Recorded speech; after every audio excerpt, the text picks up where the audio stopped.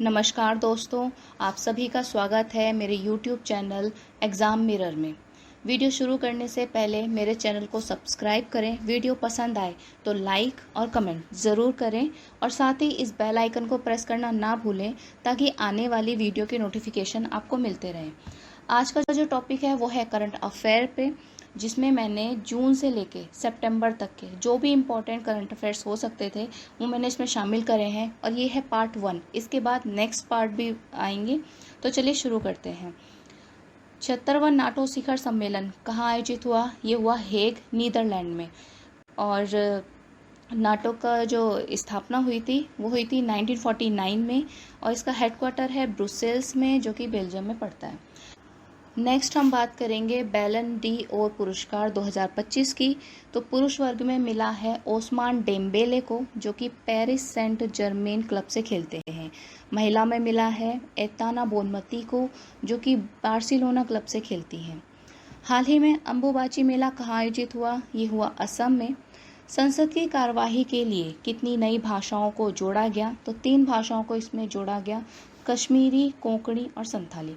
अब कोंकणी और संथाली से हमें 2 संविधान संशोधन याद आते हैं। कोंकणी के लिए हुआ था 71वां संविधान संशोधन। इसके साथ जो है वो मणिपुरी और नेपाली, इन 2 को भी जोड़ा गया था। संथाली की बात करें तो ये 92वां संविधान संशोधन था, जो कि 2003 में लाया गया था।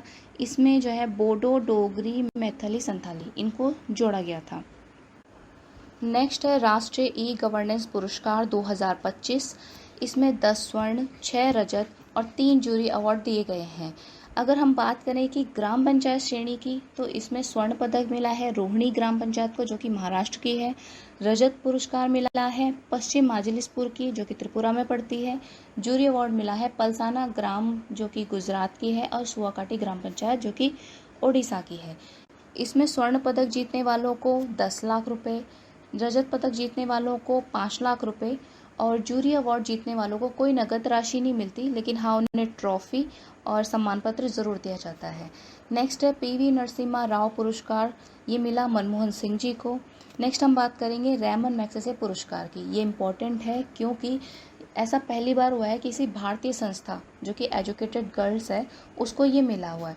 अब इन्होंने काम क्या करा, जो दूर दराज के गांव थे जहाँ पे स्कूल जाना संभव नहीं था, वहाँ पे इन्होंने लड़कियों को शिक्षा प्रदान करने के प्रयास किए और शिक्षा के ही माध्यम से सांस्कृतिक रूढ़िवादिताओं को दूर करने का भी इन्होंने प्रयास किया। इन्होंने लगभग 20 लाख से ज़्यादा लड़कियों को शिक्षा के लिए प्रेरित किया। इसके अलावा इन्हें ये जो अवार्ड दिया जाएगा वो 7 नवंबर 2025 को मनीला में दिया जाएगा। नेक्स्ट हम बात करेंगे मिस यूनिवर्स इंडिया 2025। ये जो खिताब जीता है मनिका विश्वकर्मा ने।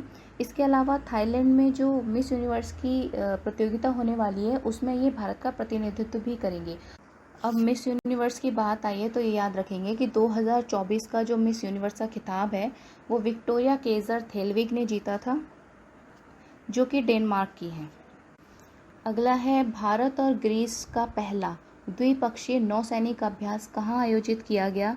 तो ये आयोजित हुआ भूमध्य सागर में, और सभी को पता है भूमध्य सागर कहाँ पे है। नेक्स्ट हम बात करेंगे टाइफून की। तो सुपर टाइफून रागासा ये आया था फिलीपींस में।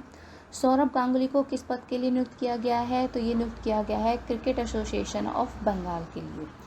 ई गवर्नेंस का 2025 का 28वां राष्ट्रीय सम्मेलन किस शहर में आयोजित हुआ? ये आयोजित हुआ विशाखापत्तनम में।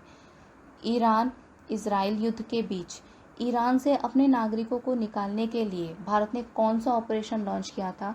तो इस ऑपरेशन का नाम था ऑपरेशन सिंधु। हाल ही में चर्चा में रहा ग्रीन लाइन बॉर्डर किस देश से संबंधित है? तो यह है साइप्रस से। आईसीसी महिला क्रिकेट कप 2025 की मेजबानी कौन करेंगे? तो ये भारत और श्रीलंका मिलकर करेंगे। हाल ही में चर्चा में रही तवी नदी किसकी सहायक नदी है? तो यह है चेनाब की। और ये चर्चा में इसलिए रही थी क्योंकि जब बाढ़ आई थी जम्मू कश्मीर में, तो इस पे जो बना हुआ पुल था वो टूट गया था। हाल ही में चर्चा में रहा काली टाइगर रिजर्व किस राज्य में है? ये कर्नाटक में है। हॉकी इंडिया मास्टर्स कप 2025 का पहला संस्करण किस शहर में हुआ? अब ये पहला संस्करण था, इसलिए मैंने इस क्वेश्चन को यहाँ पे लिया है। ये हुआ चेन्नई में। भारत की सेना ने किस देश में आयोजित एक्सरसाइज खान क्वेस्ट 2025 में भाग लिया? तो ये मंगोलिया में। प्रधानमंत्री नरेंद्र मोदी ने 22 अगस्त 2025 को गंगा नदी पर किस पुल का उद्घाटन किया जो एशिया का सबसे चौड़ा पुल है? तो ये है ओंटा सिमरिया पुल और ये है बिहार के बेगूसराय में। नेक्स्ट हम बात करेंगे वित्त वर्ष 2024-25 में भारत के विदेशी निवेश में कितने प्रतिशत की वृद्धि हुई है? तो ये हुई 67% की। एक चीज़ और याद मुझे यहाँ पे आती है, जो फॉरेक्स रिजर्व है भारत का वो हो गया है 700 बिलियन अमेरिकी डॉलर।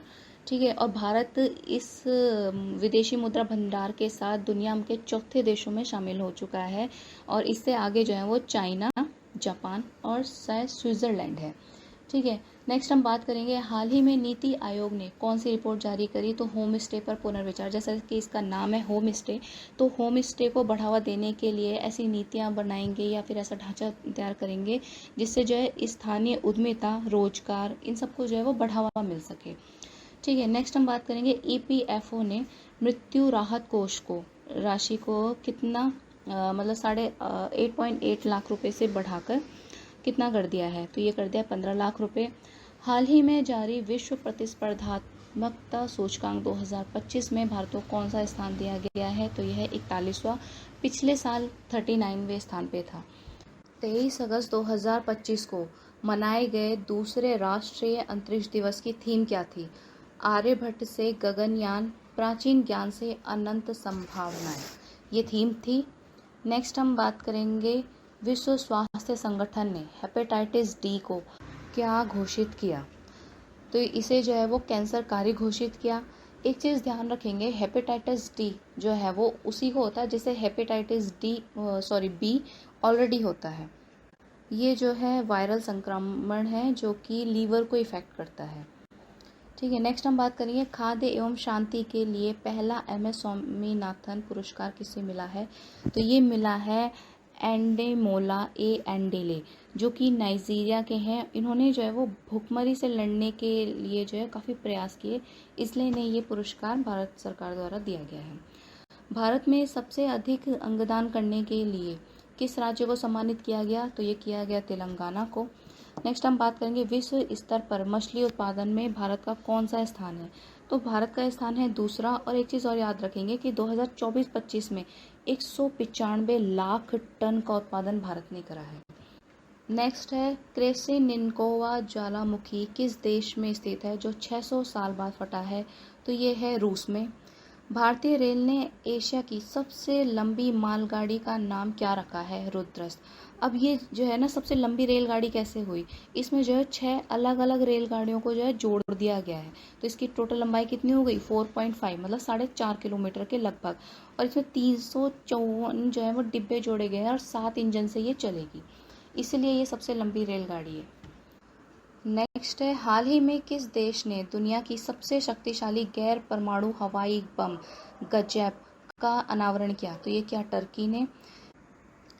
किस देश को विश्व स्वास्थ्य संगठन ने ट्रैकोमा मुक्त घोषित किया है?